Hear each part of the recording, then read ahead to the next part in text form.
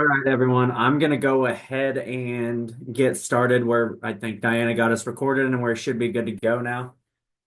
So I'll go ahead and introduce myself for those of you that don't know me. I know most of you have seen me on webinars, but again, I'm Zane.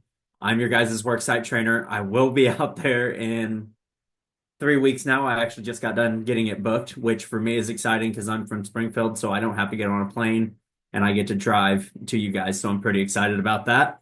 But like Dana was saying, Tony wanted me to get on, at least kind of show my face so you guys know who I am and kind of let you guys know that I'm coming. And today we're gonna do what me and Tony have patented now as the 3 R's training.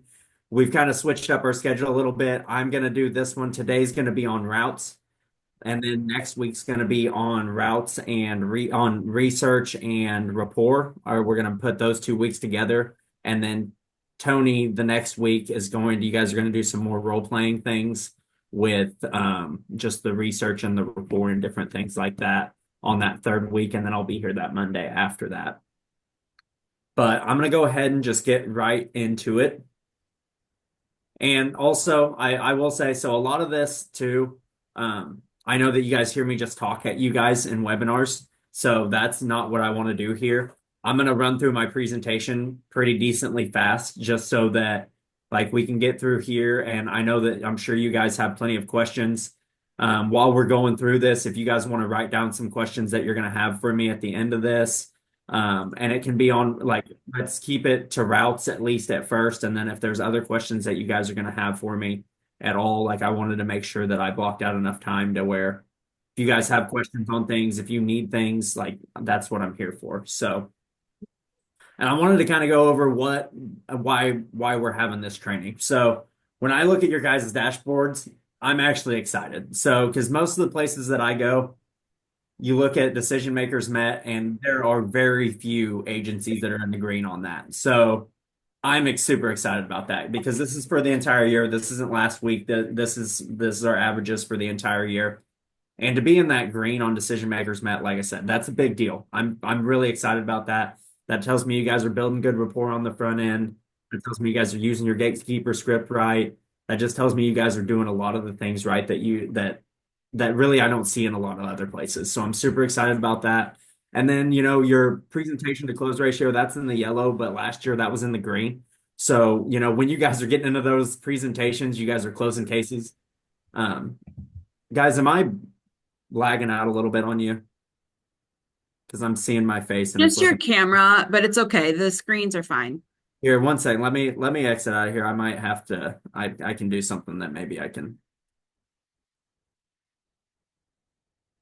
Technology is fun. So let me see if I can get that fixed because I know that's annoying.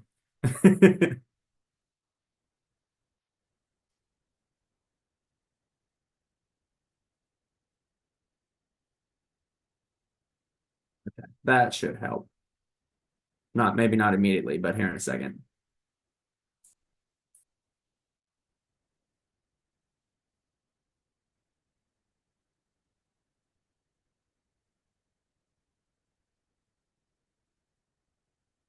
Okay, but back on like what I was saying there. So you guys, if we get in more presentations, we get more appointments set up, your guys' numbers as far as closed case are just going to ramp up. Like I'm super excited that this is what we're working on. Like we're not working left to right. We're working just specifically on what we can do to convert decision makers. And for me, it really like when I look at things and when I go to other agencies, when I see anybody that's kind of having these same numbers, a lot of the three things that it comes down to are those 3 R's. So it's like, hey, are we maximizing our time when we're building routes? Are we making sure which I'm going to get into a lot of that, so I won't dive really deep into that. It tells me that, are we making sure that we're not getting into too big of businesses? Are we, building rapport with that decision maker when we first get out? That's a lot of the things that I see when, our conversions are a little bit lower than where we want them to be.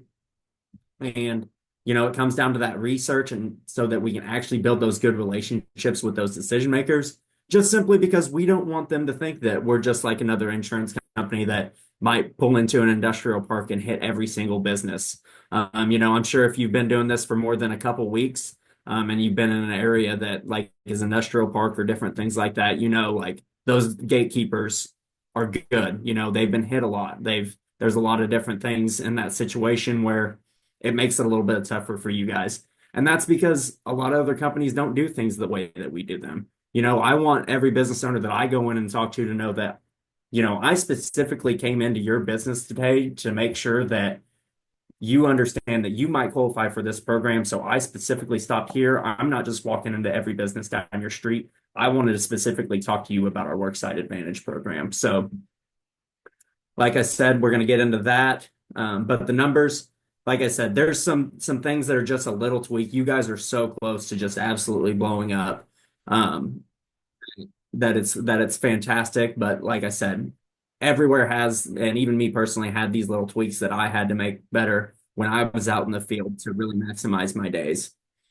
So those three R's, like I was saying, that is going to be routes, research, and rapport. Because if when we're looking at conversions, if we're trying to get our conversions up, these are the three main things that I think that if we really focus in on, we can really drive some results. And I really just want to talk about like the structure of it. I know Mondays, making sure we're sticking to our schedule, making sure those times that we're supposed to be pat calling, we're actually pat calling and we're not, filling out deduction sheets. We're not having other meetings, different things like that. Because the studies show that people that have a schedule, because one, I know I need it. Even on Fridays when I'm working here from home, I have to write out my schedule for the day because if I don't, I'm all over the place. I'm not getting a whole lot done. I'm a lot more productive when I have exactly what I need throughout the day as far as my structure, my schedule, and different things like that.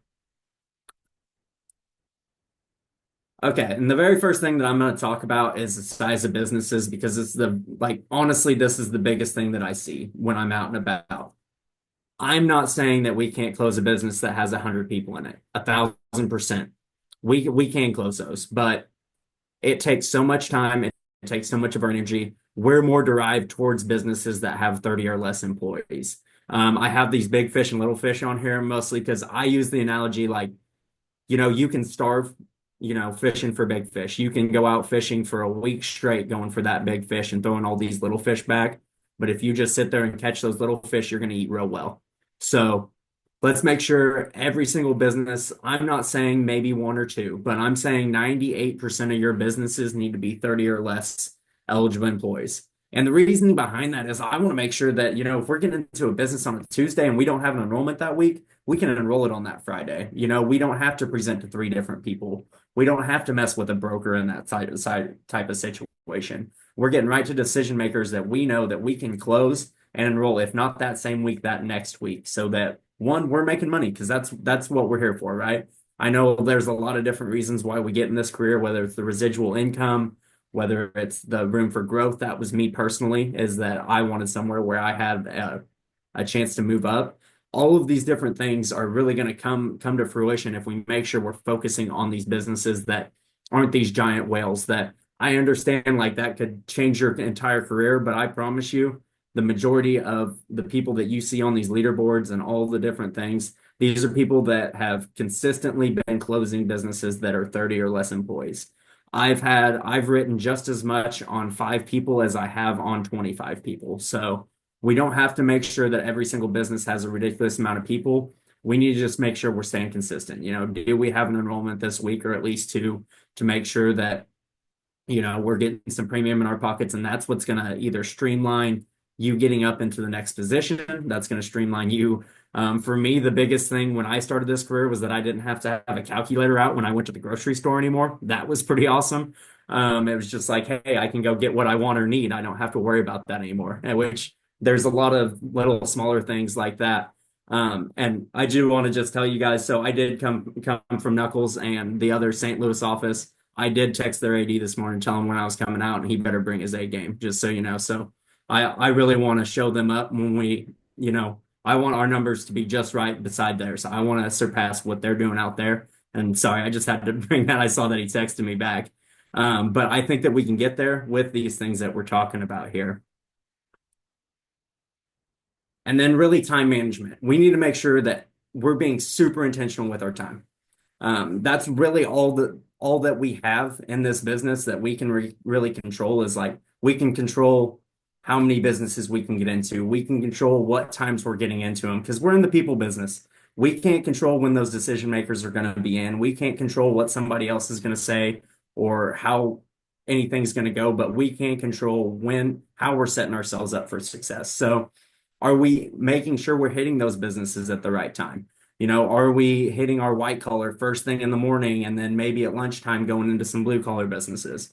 We want to make sure that if it's blue collar, especially like your landscaping, trying to think of some others like plumbers, different things like that. We want to hit those very first thing in the morning.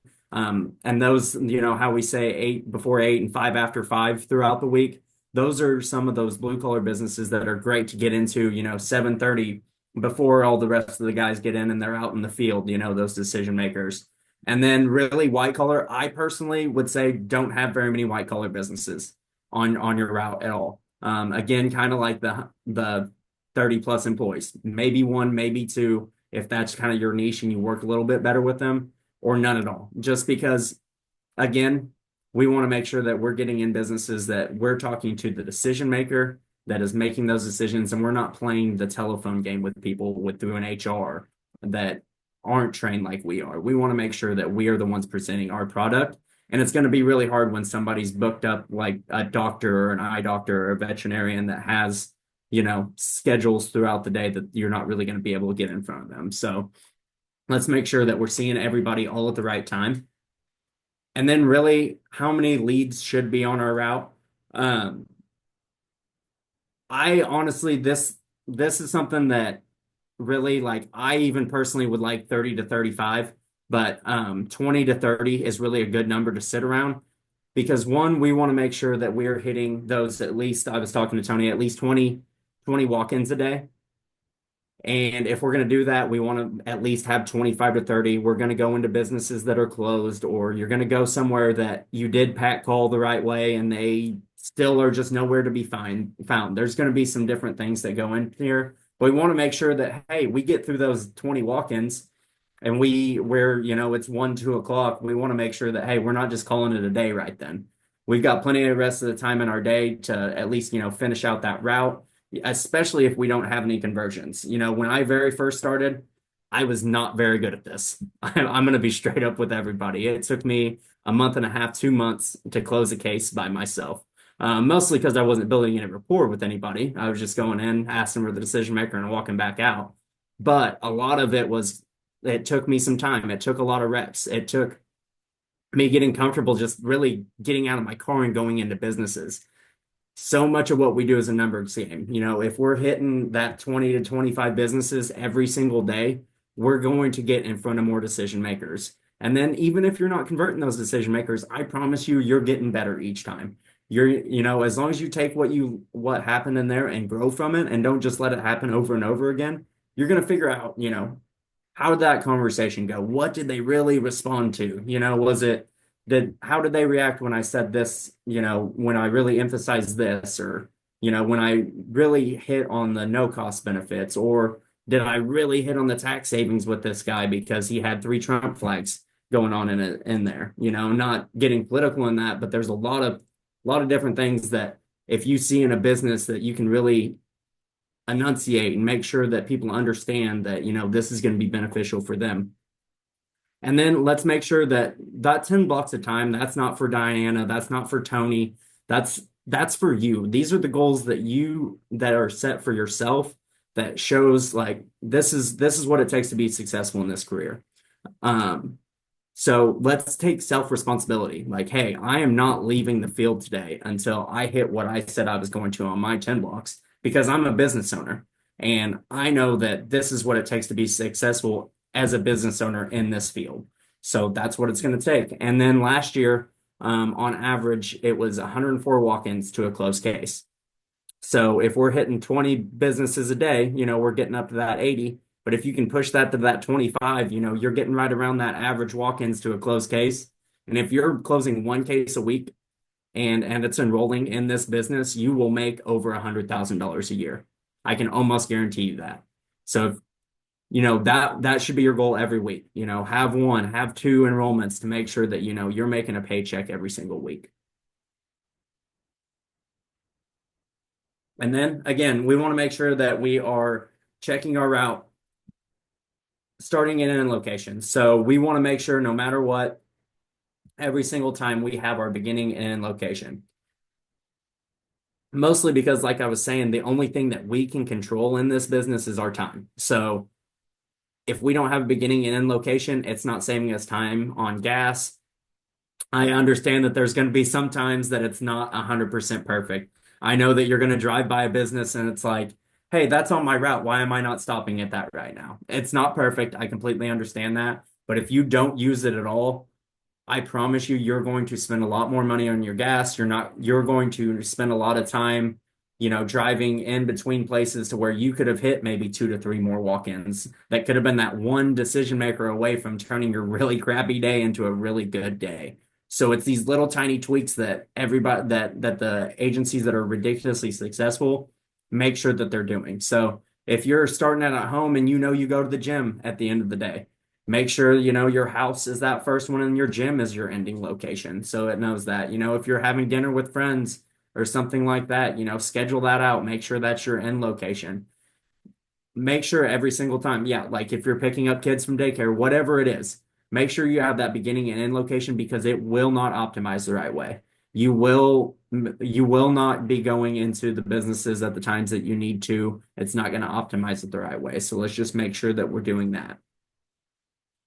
And then really a lot of everything we're doing here is like we're setting ourselves up for success. So like I know me personally, when I went out in the field on a week that, I had made sure my route was 100%. Like I had all the leads that I needed on there, my appointments, my follow-ups. I had good research on my route. I had everything that I needed. I knew I was completely prepared. I was more pumped up to get into that week. Like I was not, there were definitely weeks, I'm going to be straight up with you guys that I was running around like a chicken with my head cut off on Monday, and I would not take care of my own stuff. And come Tuesday, I felt like I was not prepared. I was not excited about my route because it just had a bunch of follow-up stuff that I knew that, I already talked to them. So we want to make sure we're keeping that 60-40 split.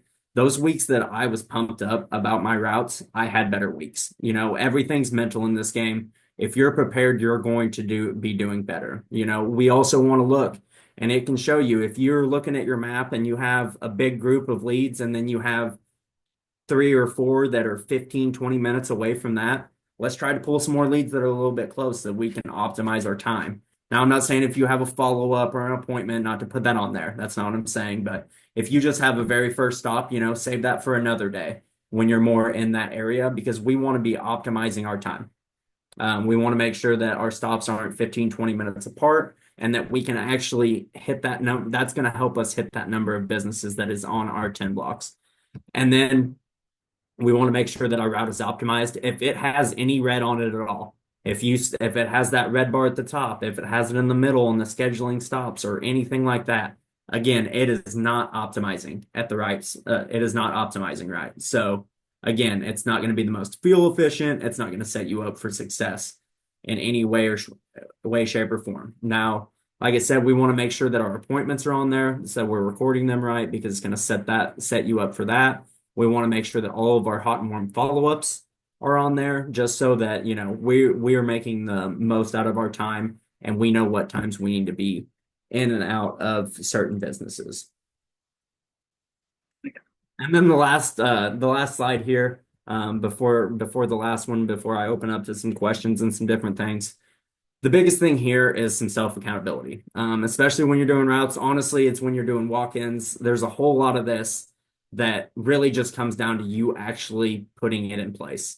How much time have I really spent looking through my route, making sure that I'm going into, all of these blue collar businesses first and that I don't have, over 30 employees. Is there something on my route that I know that I'm probably going to skip over that day because I don't really want to go to it for some reason, whatever? Like we want to make sure that every single lead on our route we're going to stop into. We've got some good research. If we don't have good research, if there's somewhere where it literally doesn't have an internet presence, no LinkedIn, no Facebook, no website, anything like that, what I've kind of recommended to some people, if you can't find any research there, go on Chat GPT Say, hey, what are a couple good open-ended questions to build rapport with the decision maker in this industry?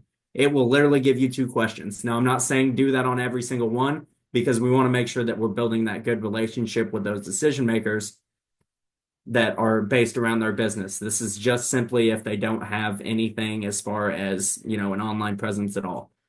Like I said, do we have those that good research to build open-ended questions? If you just copy and paste in your research, you might as well just look up the business when you pull in there. You know what I mean? We're already reading through there. We're already doing that. I recommend, like I was saying, at least two, most of the time, three open-ended questions that I know I'm going to ask the decision maker. So if it's a decision maker that works with the Wounded Warrior Project, just that came up on my head in my head there. Hey, what was it exactly like in my research? I'm gonna have a question of, hey, why are you involved in the Wounded Warrior Project? Is there a story behind why you wanted to get involved with them? It can get down to, hey, I saw on Facebook you got a ping pong table in the back. Are you the one that's really good at playing ping pong? Or, is that just in your break room? I personally had that one that I actually played ping pong with a decision maker from asking that question, which makes this business a little bit more fun too, right? While we're having a good time with these decision makers and things. So make sure that we have good open-ended questions that we're going to actually use in there. Don't ask so and so what they would build rapport on. Find some things that you're generally actually curious about. Like, I want to go in, there was definitely days that I was getting, beat down in the morning. Hey, like decision makers telling me no, gatekeepers getting rid of me. But I knew in like a couple businesses, I knew I had good research and I wanted to ask so and so of why they were involved with something, or I saw something that really stuck out to me and I was looking forward to it in the next couple walk-ins. And then am I excited about every single lead on my route every single day? So no days off in this. All right. There's not like, hey, I've got, Tuesday, Wednesday, super pumped up about it. Thursday and then Friday or Friday morning, don't really have a whole lot. Like we have to show up every day in this. If we want to be successful, if we, want to be number one, we want to make those big paychecks. We want to move up into management. We want to, if you are in management, do you want that GA? Do you want that AD role? What does it look like for you to get to RAD or really even get into Tony's position? There's a lot of there's a lot of opportunity in this, but it comes from showing up every single day. There's so many things that we can control, like I said, when it comes down to these routes and different things that we can really push forward. Like I said, I'm gonna go ahead and here's my information, guys. Here's my phone number, here's my email address. If you guys have questions, if that we that you don't think of today or different things like that, if you're running into things, obviously use your upline if it's something small, different things like that. But there's things that you're running into and you just can't figure out. If you guys need help with things, like this is my information. I'm here to help you guys out. That is my entire job. My entire job is to help you guys get better. I want to see this agency, be number one in every category we can. Like I'm super excited to get out with you guys in 3 weeks and really get out there in the field with you guys and see what we can do to help. But if you guys, like I said, don't reach out to me, give me a call, text, email. If I don't have time to answer the phone or text message, I will make sure and get back with you at some point. But I just wanted to make sure that everybody had my number and everything that they would need with that. I'm going to go ahead and stop screen sharing now if I can figure it out.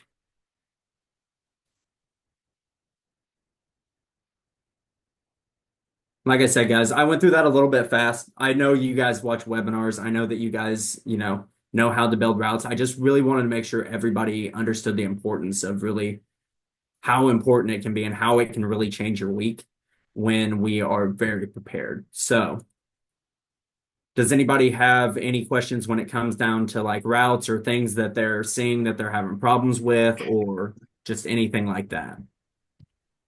Zane, I actually have a question. Yes. So, since you're from the Missouri area, and you and I both know that you can't check the weather forecast and have it be accurate, Yeah. how do you prepare for those weather days and what do you recommend? Always having a backup plan. So I know that not all of us have four-wheel drive cars. That's completely, I understand that. Again, we can't do anything with the weather, always having a backup plan. Like, hey, if I can't get out, I'm sure that there's somebody either what we did personally here is my AD had a truck and there would be two or three of us that would just hop in the truck and we start hitting businesses. So really it comes down to, communicating with each other, seeing what you can do, who's around each other. If you've got to get together and hit some businesses, you've got to, obviously with the snow and how things have gone. I was actually in Pittsburgh this week and it was better weather there than you guys had this week, which is funny. Um, but yeah, no, it really comes down to like how bad do you want it? Like what are we gonna do? Are we just going to, sit at the house? Now, if you've got to sit at the house, what are you gonna do when you're doing there? Are you just chalking it up and putting your feet up and watching TV, or are you pack holing? Are you doing some good research on some businesses that you can do? Are you fine tuning your craft? Like, are we watching YouTube videos on like how to start building better relationships with people or, different things like that? So I know that like I want everybody to be safe. I do. I'm not saying like go out when it's dangerous, but if there's any way that you can hit any businesses at all, like my very first close, which is funny that you brought this up, came from a day that it was super icy. Me and my agency director were the only two people that were out in the field. I set an appointment that day because there was a decision maker just hanging out in the lobby because there was nobody at work there. I set up an appointment and closed my first case just simply because the decision maker was out and about because it was icy and he was just hanging out because a lot of his guys hadn't shown up to work. So while those icy days aren't so much fun to get out on, like decision makers are in. The secretary, they're gonna call in that gatekeeper that you've probably had like tell you to email or call 20 like 5-10 times already. That person's not going to be in there. We're going to have a lot of better chance of getting decision makers. But if you can't, like I said, just making the best of your day with it, making sure that um oh, okay, sorry, I just saw the chat. But just making sure that we do everything that we can to you know grow every single day, even if we're not out in the field. Did that answer your question at all? A little bit. Virtual prospecting was the idea I had, but I wanted to see if there were any other recommendations since you know how irregular it can be. Oh yeah, yeah. We there's a good chance that we don't have any idea of what's going on. It could be, snow in the morning and then 70 degrees in the afternoon. I completely get it.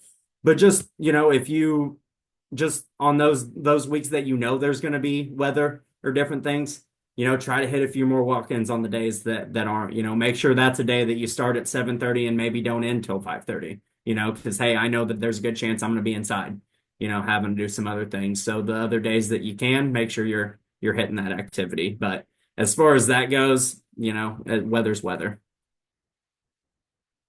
Okay. Anybody else? Question. Yeah. It's not really involved with routes, but it's more with our DM conversion. I feel like just for myself too and like my team, we present a lot.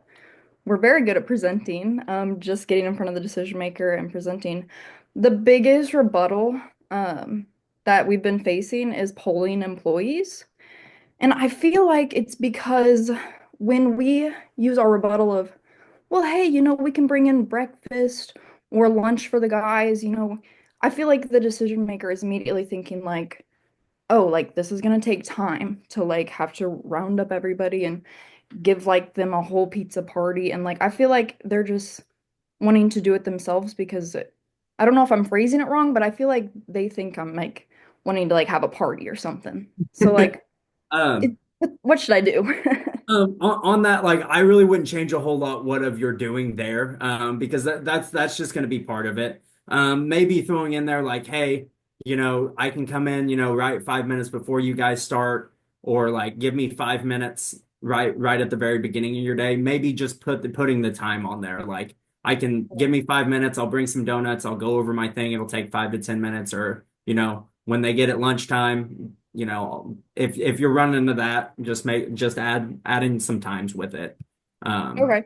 that might So be something like I that. guess my second question off that, and it's okay if you don't know this, but like I feel like when we give employee presentations, like everybody kind of does it a little bit differently.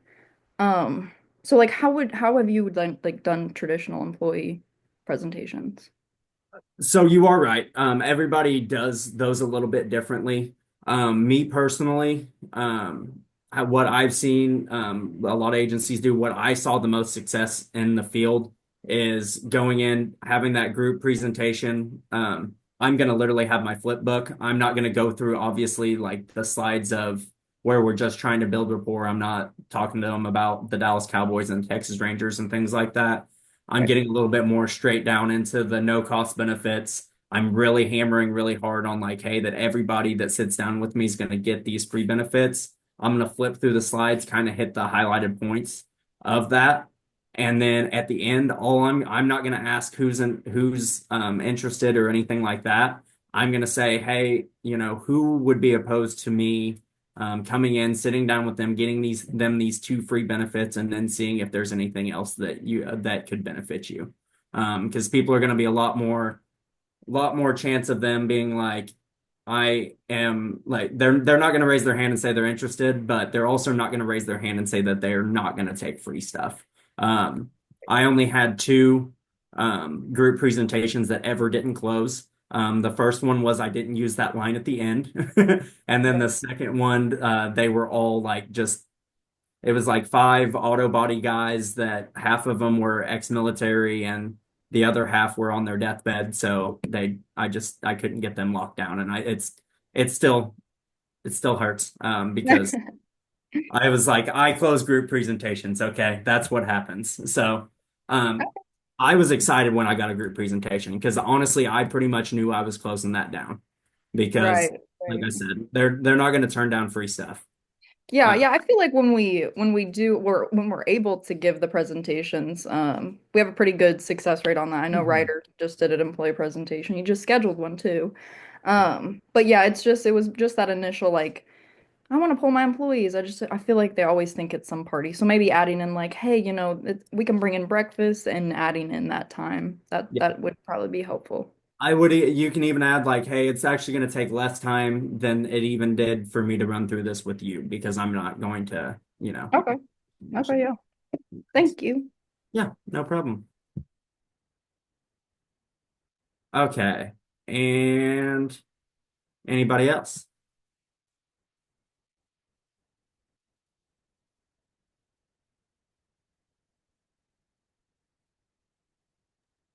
I did have a question. I'm pretty new, so I don't know if like this is just obvious and I'm not aware of it, but you mentioned making sure you try to hit like blue collar versus white collar at the right times. If the route is automatically like organizing based on convenience of the drive, how do you do that? So sorry, what was the tail end of that? I caught the first half. I didn't hear the second half Yeah, of that. no. So if the route is kind of like automated by the computer, how do you then make sure that you're hitting those businesses based on? So right under let me see if I can just pull one up real quick. I will just show you an example real quick. Let me get logged in here.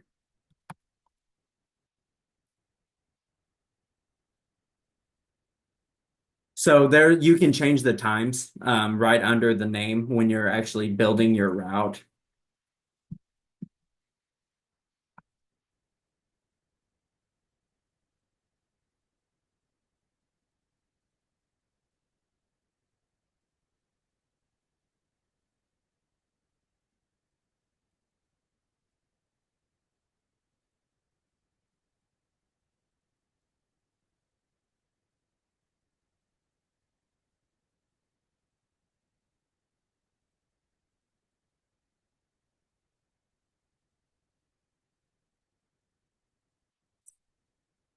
Back up real quick.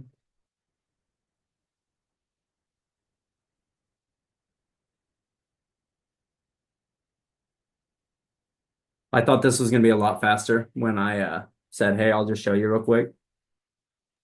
You're good. Like, I mean, mentioning that there's times, I can always just talk to my upline about that and figure that out. I just, Um, Yeah, when you're building your routes, get with them. They'll be able to show you. Yeah. There's a drop down and um literally put right in there.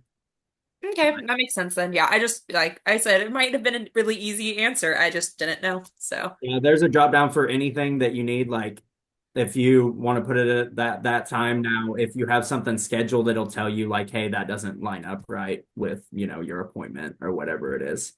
okay. Thank you. No problem. Okay. Anybody else got anything?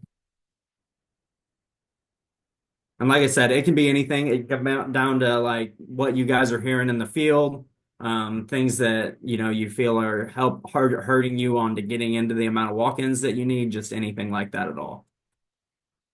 I do have one for you. So, just this past week, I've been out in Jacksonville, and a lot of my blue collar industries get all benefits through the union, and they don't want to hear anything unless it goes kind of through the union. How should we go about that, trying to partner with a union to then be talking to the business owner and going, yeah, we're able to offer these because we're partnered with the union? How would all that kind of go about? The union stuff, I would talk to kind of Tony about that, as far as getting those kind of things set up. Now, me personally, I'm gonna run a union just exactly. I'm gonna kind of try to kill two birds with one stone right here. I'm gonna run that just exactly like I would somebody that has a broker. So I'm gonna for my first question right off the bat is gonna be like, hey, obviously, you take care of your employees, you're part of the union. That's fantastic. Like, I'm always going to compliment them on that. Like, you obviously, care about your employees. If there was something that was outside of the union that could actually benefit your employees and didn't cost you anything, is that something you would at least be willing to take a look at? Now, a majority of the time, that's going to be a no. That's just kind of how it is. Now, if it is a yes, obviously, I'm going to sit down with them, go through it, and try to work outside of that union. Now, the second thing that I'm going to do there is, if they're like, no, I want to go straight through the union, being like, okay, I completely understand that. Obviously all your stuff's in one place. I understand you wanting that. But then I'm going to be like, but in that same note, it makes it a lot easier on me and it'll save me and your broker some time. Let me sit down, go over this with you real quick. If this is something you think you would be interested in and that would fit well within your program, then, I'll reach out to them and see if that's something that will benefit you guys.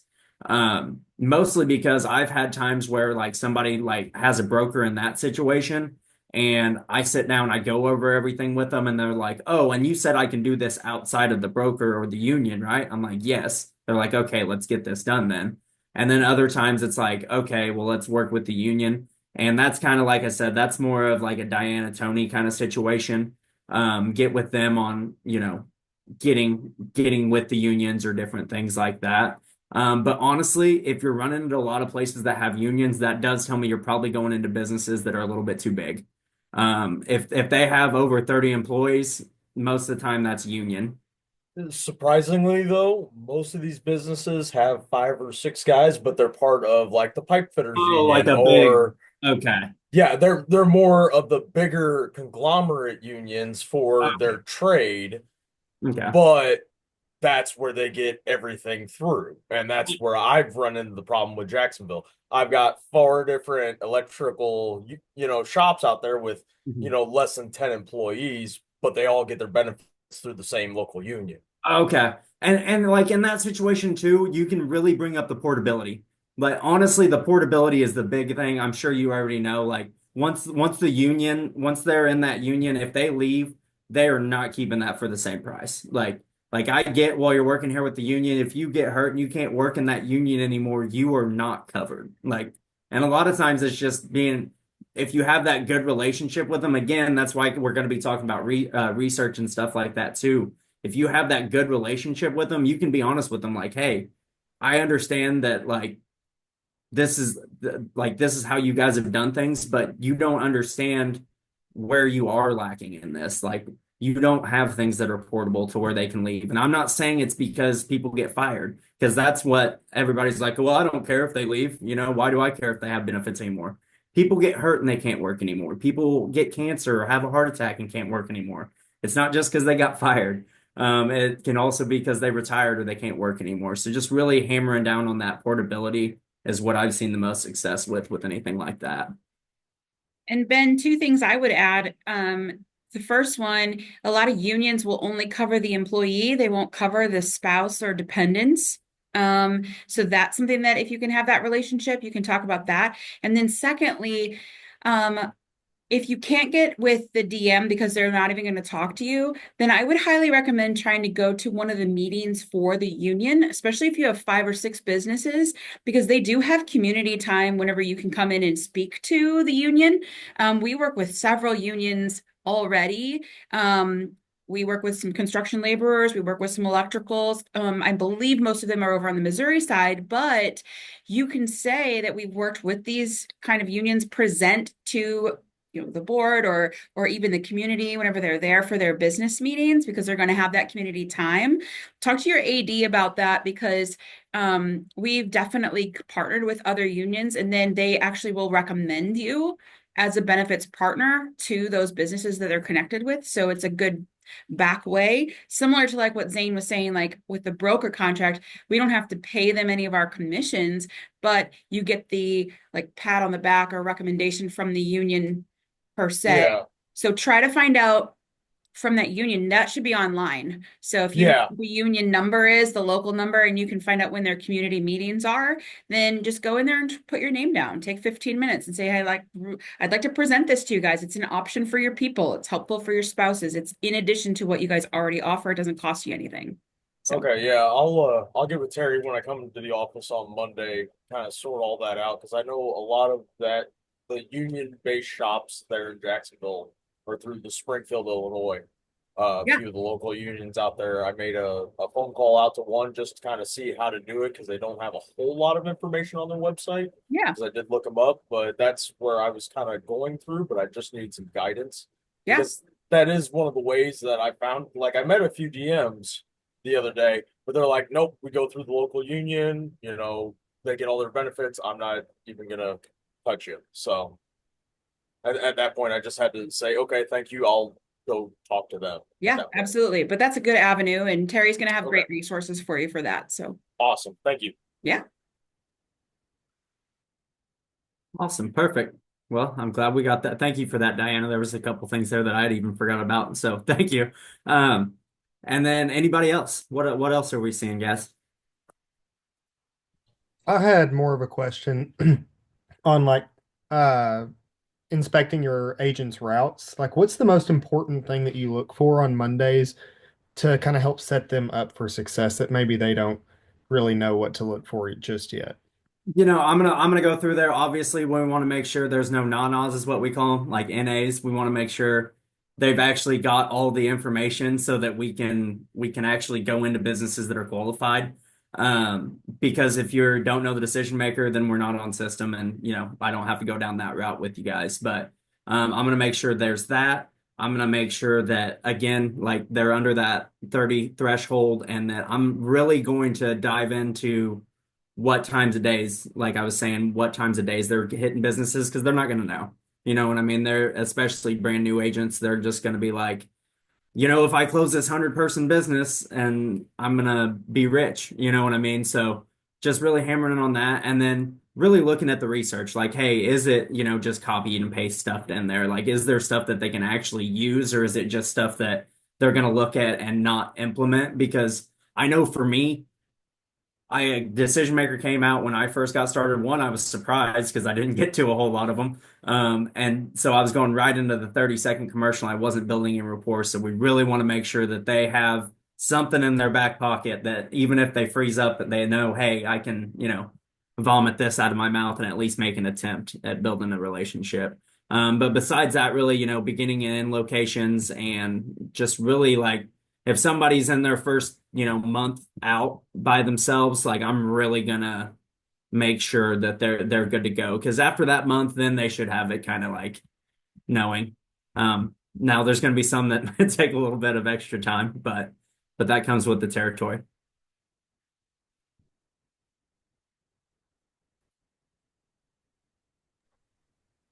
Okay. Anybody else? So what do you do when you keep running into Springfield office people? Be better than them. No, I'm just kidding. So Well, this, if they're okay, be better than Jason Adams. Tell me how. okay, well, that's a business that's already closed most of the time, correct? So one, use that to your advantage and try to get some referrals out of it. Being like, okay, that's great that you work with Jason. He for a lot of years, trust me, I was in the same office. I guarantee you, I ran into plenty that he was at. That's part of it. But use it to your advantage. You know, hey, who else could benefit from this around town or different things like that. But just making sure, like I said, that a lot of it comes down to the research. I'm just gonna with that, I'm gonna go ahead and hit something else that I'm sure is gonna be something that hey, I see you Globe Life people all the time. How many people, by show of hands, have heard that in a business? I would say everybody. Okay, that's completely fine, guys. That's part of our business. It's not just in Missouri. I promise you. I've been to 12 other states. You hear it there too. It's not just us. Make sure that one, obviously, we're being professional with it. There's a couple ways that I like to go when it comes to that kind of situation. One, me personally, I'm a little bit more fun. Depending on how you deliver this is kind of everything. Like I'll just be like, hey, that's fine. I know that you see a lot of Springfield or a lot of Globe Live people, but you save the best for last. I'm gonna make a joke out of it. You know what I mean? Like we're gonna keep pushing through there. But if it's not that situation, you're not comfortable saying something like that. I'm going to lean right back into my research. I'm going to be like, hey, I completely understand that that's frustrating. I understand you feeling that way, but you guys have been around since 1975. You're a very established business in the company. You're a staple in the community. And while I do understand that this is probably frustrating for you and that we're all independent agents, have you actually sat down with them and seen what can benefit you? Because I don't want us being annoying to really hold you back from your employees being able to participate in something that not only can save you money, can actually really benefit them and their families as well. So that's going to be a route that I go, and there's different ways that you can say that, but that's always where I'm going to go. I'm going to compliment how long they've been there. Obviously apologize, but if we let every single business that has seen 3 Globe Life people in the last 6 months, because it's always exaggerated, they're going to say 3 in the last month, but um, if we let them walk over us, it's gonna be hard. But trust me, guys, like we can combat it. But again, a lot of it comes down to that relationship too. Because if you came in and you built really good relationships with them on that rapport in the front, they hear that Globe Life or whatever it is, whether it's Liberty National, whatever, um, they're going to be a lot more open to hearing what you have to say. So a lot of what we talked about when we were at Knuckles was like, hey, we have to separate ourselves. We have to build these good relationships or it's not going to matter. Okay. I hope that answered some of your questions or Yes. some of what you were saying there. Yes. So how do you work around a business that's not closed by Springfield office, but may say that they have a good relationship with one of them but hasn't closed? Can Just I'll use an example. yeah. Okay. Okay. So over here in Poplar Bluff, the county has not closed with Globe Life, but they know Clayton Mitchell because his dad is a police officer, but Okay. they haven't closed with them. How do I get around that? I mean, so one, like, just keep showing up, obviously. Like, hey, I understand that you guys have that relationship. I just want you to know that I'm going to keep showing up. But also, on the same note, that's why I'm saying put 25 to 30 businesses on your route. Like, we're not going to close every single thing that we get into, and that's part of it. So that's why so much of this is a numbers game. You know what I mean? Wherever you go, whatever state you're in, you're going to run into places that have relationships with people. I mean, what do you do in the situation where somebody has a good relationship with their Aflac agent or their Colonial agent? You know what I mean? It's the same difference.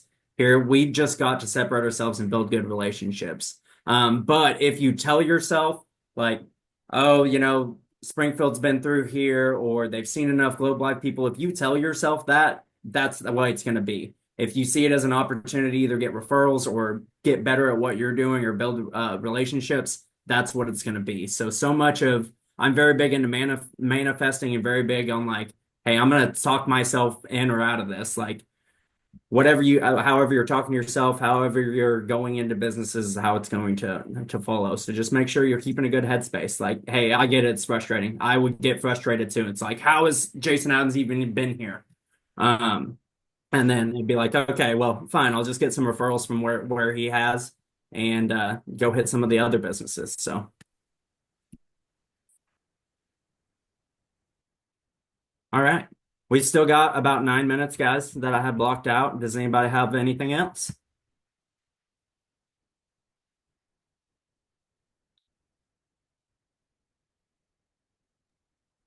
I kind of have a piggyback question off of the referrals you were talking about. Yeah. So obviously the system is right. You meet the decision maker, you're starting with your research, you're complimenting them, all the things. And then they say, no, whatever, I'm already partnered with such and so or whoever. Then you go into asking your referrals. But say, because it happens to us all, like, right, that's the system. But you go into a business, sometimes the business owner is immediately like, how can I help you? Right? They're like right in the middle of something or whatever. And then they just tell you a hard no. So like how do you have any tips and tricks to like ask for a referral when like you really have like because sometimes I ask for referrals and they're like, oh well, I don't really know how you do business. Like I'm not partnered with you. Like I'm not gonna, suggest you to such and such because I don't even know you. You know what I'm Yeah. saying? Yeah. Honestly, that's a tough question. I'm gonna be straight Yeah. up with you. That's hard. Yeah. Just because, like, one, yeah, if you're not working with them, it's a little bit harder. It is. I understand that. I know we're like, hey, every walk-in can be a referral. The way that I really would navigate that kind of situation is just hey, like obviously this doesn't isn't a good fit with for you. I completely understand that. I'll make kind of lighthearted about it and be like, hey, so do you know anybody else around town that could benefit from this? Or is there anybody that you don't like that you want to send me into? You know what I mean? Just make a little bit more lighthearted of it. Yeah. And because most of the time they're gonna laugh at me like, oh, I've got a few of that you for that, and be like, okay, that's fine. I got a pen and a pencil right here. Let's get after it. So Okay. there's that route, but also just being like, hey, I completely understand this not working for your business or being a good fit for you guys. But is there anybody else that you can see that, has, 5, 10, maybe 15 employees that maybe not offer anything like this or could really use giving their employees a couple free benefits? Who do you do business with? And there's going to be some that bite on it. There's going to be some that don't. And that's just kind of the nature of us dealing with people, you know what I mean? And everybody's got other lives they've got going on. But anybody that's rude to me, I just always think that somebody kicked their dog first thing in the morning. So, Exactly. It's it's never not, me. yeah, it's never me. I'm great. They just don't see it. Well, yeah, I like that one, kind of doing a joke like, and I've heard that one before. I don't know if I've ever utilized it, but I want to try. I'm going to Okay. challenge myself. Heck Thank yeah. you.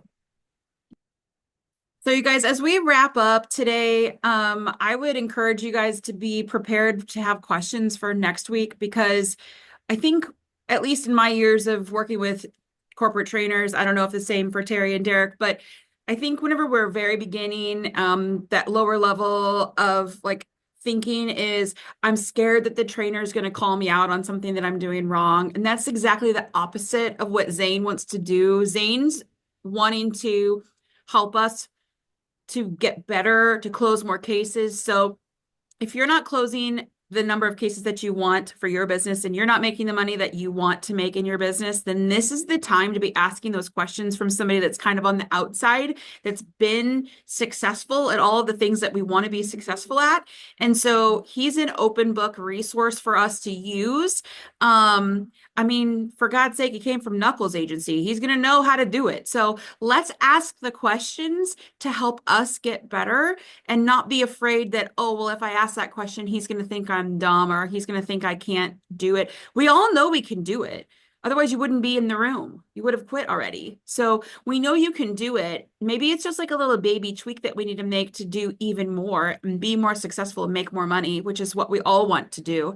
So next week, whenever we come in and we're talking about making high quality research and building that rapport. Be ready to ask questions. If you are not getting the success that you want so far in 2025, you have the opportunity to make a change, and we have a huge resource in our pocket to make that happen.